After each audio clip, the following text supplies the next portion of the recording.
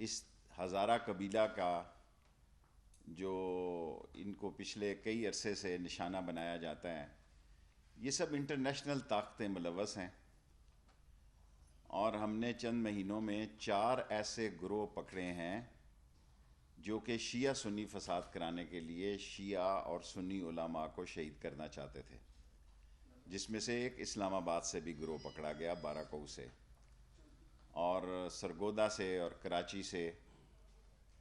ایسے عالم میں میں یہ سمجھتا ہوں کہ اس المناک واقعے کی جتنی مذمت کی جائے وہ کم ہے۔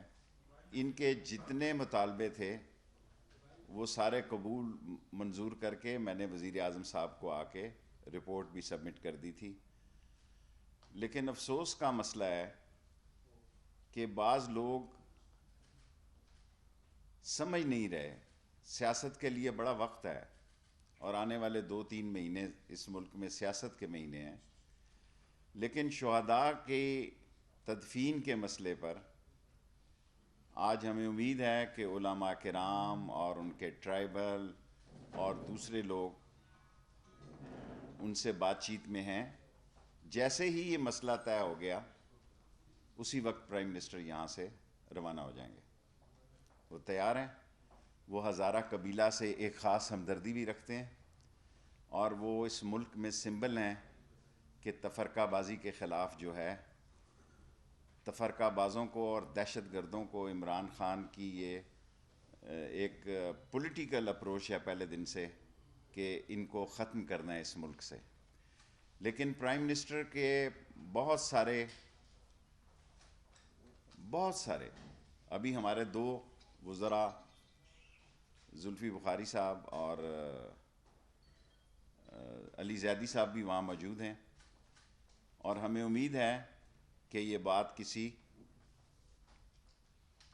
اچھی طرف نکلے گی۔ کوئی نہیں چاہتا، اور میں نے وہاں پہ یہ بھی اعلان کیا تھا کہ جو 7 افغانی شہداء ہیں ان کو بھی جو معاوضہ ہوگا ویسے ہی دیا جائے گا جیسے پاکستانی شہداء کا ہے، اور مجھے اللہ سے پوری امید ہے کہ آج یہ مسئلہ کو بہتر خوش اسلوبی سے، بہتر طریقے سے، عمران خان صاحب کی یہ خواہش ہے کہ وہ وہاں جائیں، اور وہ جانے کے لیے تیار ہیں، ان کی کوئی جانے کے لیے رکاوٹ نہیں ہے، لیکن ان کی خواہش ہے تاکہ ایک تفصیلی ان سے بات چیت ہو سکے، تدفین ہو چکی ہو، تاکہ تمام معاملات میں خوش دلی سے، مثبت طریقے سے اور فیصلہ کن فیصلے جو ہیں، تاکہ ہمارے جو ہزارہ قبیلہ کے لوگ ہیں وہ جس طرح کی ان کو تھریٹس ہیں اور جس قسم کی ان کو سیکیورٹی دی جاتی ہے،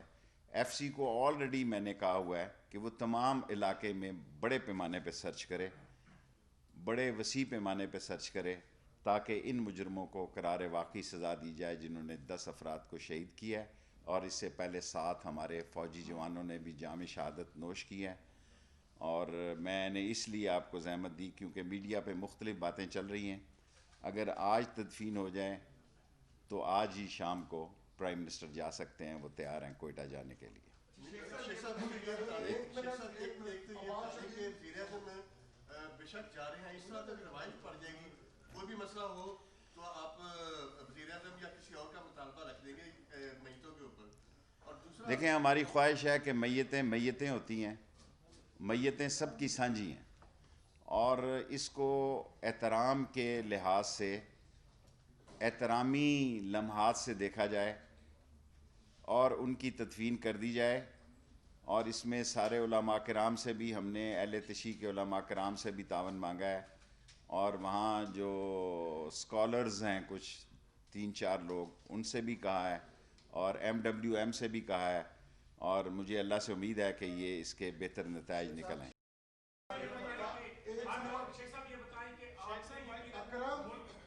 چلیں چلے یار ادھر سے لے لیں پھر ادھر۔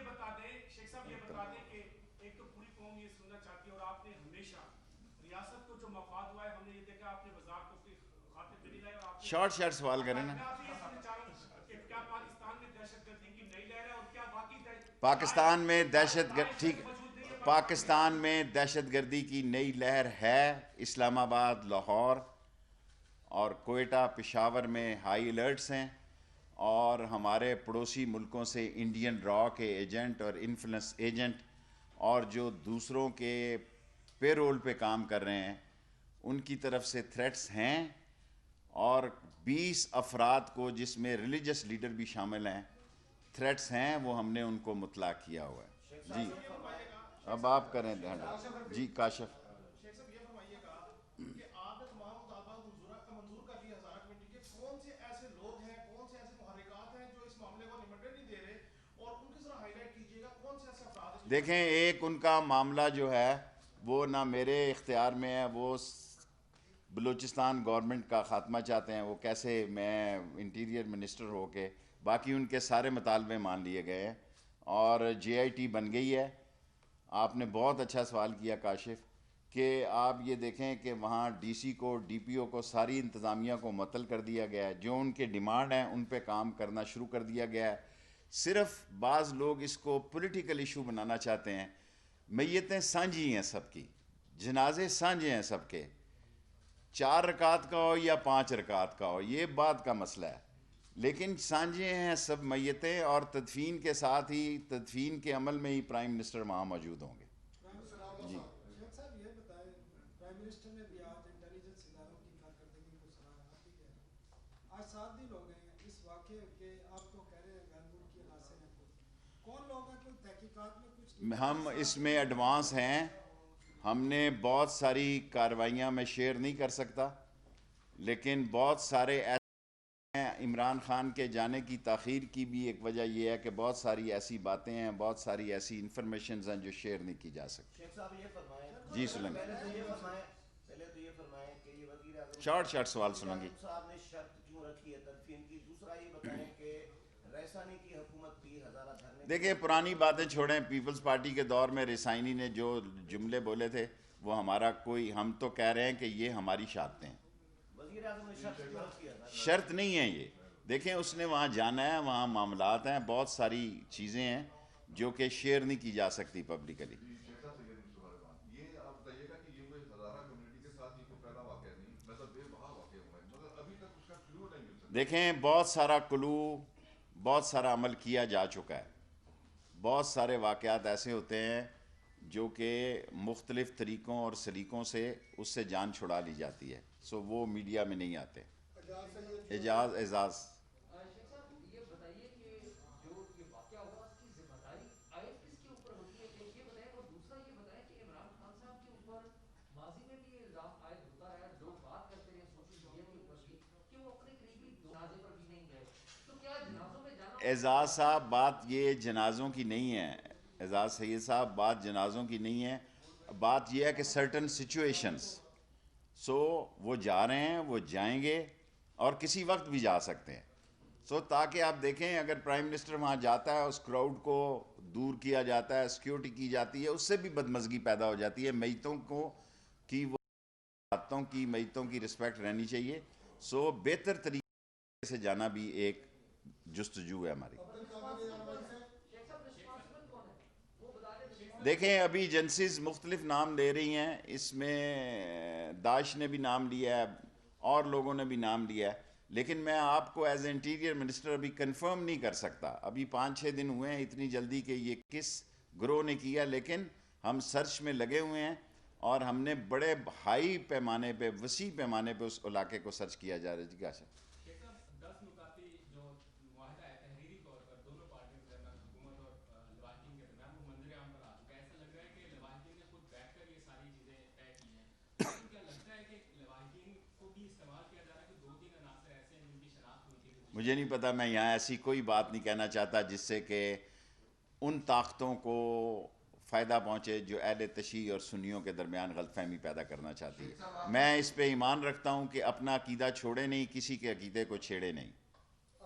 اویس ایک آخری سوال، ہارڈ سوال ہے کہ جو آج صبح میں جو پی ایم کا لواحقین کو بلیک میلر کا الفاظ، اب چھوڑو اویس کیانی صاحب، وہ باتیں ایسی ہیں. چلیں. شیخ صاحب، آپ نے شیخ صاحب کل بلاول اور مریم وہاں گئی ہیں، تو کیا یہ جو اپوزیشن ہے یہ پوائنٹ سکورنگ کر رہی ہے یا کیا آپ کیا کہتے ہیں؟ دیکھیں بلاول صاحب اور مریم صاحبہ نے جو وہاں تقریر کی ہے میرے خیال میں وہ بھی سیاست کی تقریر کی ہے اور نرم طریقے سے، اور طریقہ ان کا افسوس سے زیادہ، بلکہ وہ کیا نام ہے ان کا، فضل الرحمان صاحب کے غفور حیدری صاحب نے تو کہا آپ ڈٹے رہو اور بیٹھے رہو. میں نے جو ٹی وی پہ سنا ہے، اگر میں نے غلط یہ سنا ہے چلو شکر ہے سب نے سنا ہے، اس نے کہا ڈٹے رہو اور بیٹھے رہو.